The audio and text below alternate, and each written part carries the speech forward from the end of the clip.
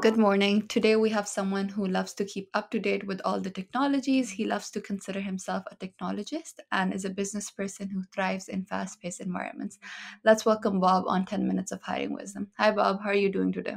Excellent. Thanks for having me today, Manal. Of course. So, how's life been during the pandemic? It has been quite a journey. Just trying to keep team morale up, keep yourself nourished and fed and taken care of. Really been prioritizing my own self care during the pandemic. The old saying, if your own cup is empty, you can't support anyone else. And so it's That's very especially true. true leading mid pandemic and hiring, trying to grow high performing teams. It's been a lot of growth. That's good to hear, especially because a lot of companies these days are struggling to keep their businesses open. But considering you guys are thriving, I'm happy to hear that. So, Bob, can you tell us about where you currently work and what your position is?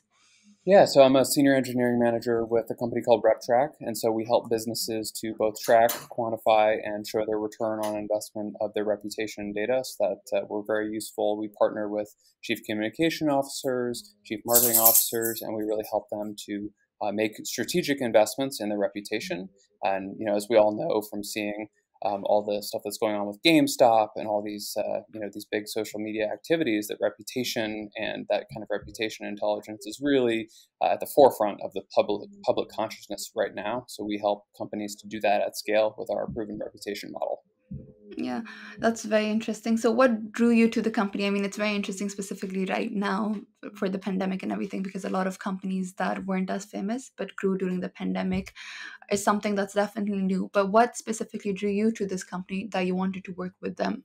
Yes, specifically the fact that they were accelerating their digital transformation. So the CEO, the leadership team was kind of on a transformation journey, but the fact that everything was going full time remote, and they weren't able to scale as rapidly as they really wanted to for their growth plans with just a traditional kind of client services engagement model. They really needed to pivot into digital delivery, digital platform delivery. That really meant that they were rapidly scaling engineering and being able to deliver these experiences online through their data models, as well as creating new engagement experiences for their existing customer bases. So really, they were just accelerating very quickly. So, you paved the way for them, making sure that they were right on track. Is that correct?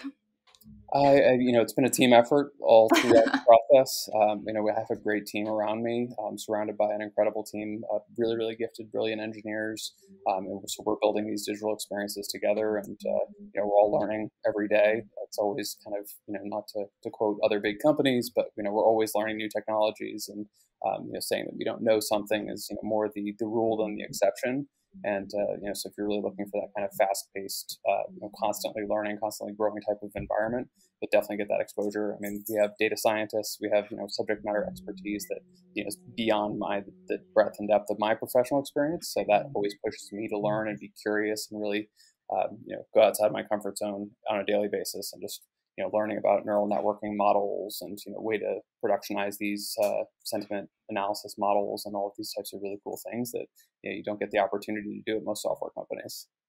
That's true, because I think bringing together people with different backgrounds, different work experiences can bring out the best of people. Just because you learn so much from other people, and everyone has so much to offer, so it just causes differences to coexist where you can actually learn and grow together. So I can definitely see that, especially because your company is so diverse. Yes. So, Bob, can you share a little about how the pandemic has changed the way you hire people, specifically because you belong from the engineering realm? Mhm. Can you describe how the way how you guys hire now? What are some problems that you guys are currently facing, or what are some things that came good out of the pandemic? How are you catering to that? Yeah. So, I mean, specifically with regards to hiring, one of the changes that I made to the process early on was just trying to get a better sense of written communication skills from candidates, just because for two reasons. One, communication skills are even in higher demand in a pandemic when you're not in the office and you can't go in and whiteboard stuff out and take a picture of it. Like, you have to be a lot more disciplined about kind of written communication, nonverbal communication, diagramming stuff, using a lot of digital tools.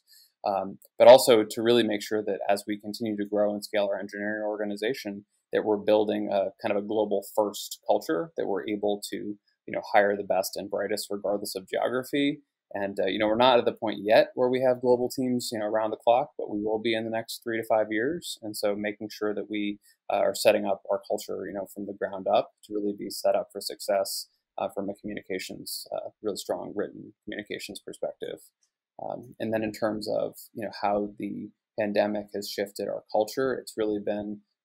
I joined mid-pandemic, so I mean, I kind of joined halfway in flight of this, and so for myself, just learning, how both to lead and follow during a pandemic has been really challenging. Making sure that I'm over communicating to the point of driving people crazy, which means I'm communicating enough, you know.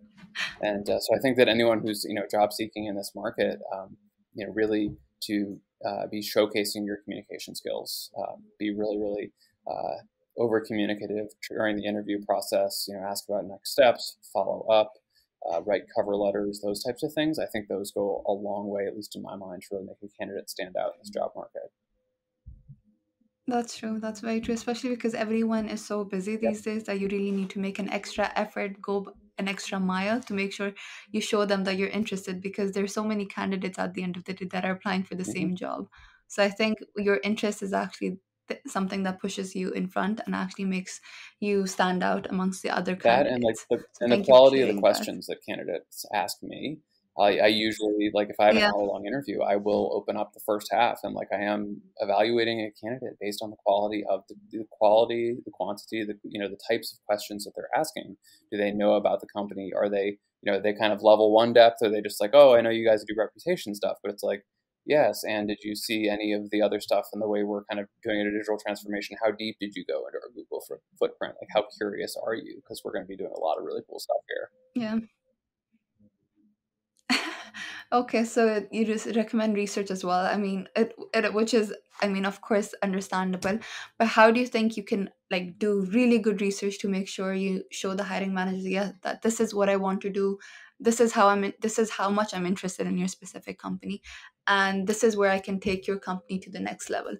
Like, how can one make sure to do research in such a way that is beneficial for them when they're actually giving an Yeah, interview? though. So I mean, I kind of go back to my sales, some of my sales training and stuff like that, and that is I'll research anything that the public officers of a company have written, and so then specifically, the department head of whichever department I'm kind of going into, and just kind of really understanding their philosophy, their leadership philosophy, because a lot of these people, a lot of people have been in the industry for a long time, and so they may have an interview from 2015, 2017, and it's like literally sharing like their product management philosophy or something like that. And so that when you're in an interview, you're able to kind of speak their language there because it is actually their words and you'll actually be able to kind of have that common point and then you can go deeper. And so it's more like the continuation of a relationship other than who are you? What do you want to do? Where do you see yourself in 3 years? It's like you can kind of, if you do your research and you're prepared, you can go a lot deeper and really evaluate the culture fit and the way people think, the way they problem solve, and really make sure it's a good fit for you too.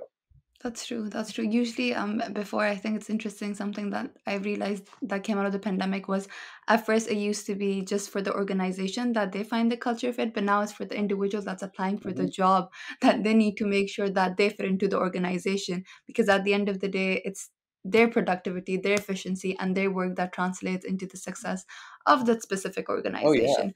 So I can definitely see that. I can definitely Well, and see that. especially with Well, thank you. Go ahead. engineering, I mean, that's why I like to do things like this. Is that it's just it's so competitive. So I mean, I'm literally competing for engineers too. Like it's a seller's market in that regard. And so if I'm not a champion for the culture that we're making at RepTrak and how diverse and inclusive and just how kick-ass, and like this is the most incredible place in my career for me to work. Like if people don't know that, if they don't get that from me, then I'm not doing my job. Yeah, that makes sense. That makes sense. Well, Bob, thank you so much for sharing your insights, your wisdom for with all of us. And our time is up. So it was a pleasure having you. Thank you so Awesome. much, Thanks Bob. for having me.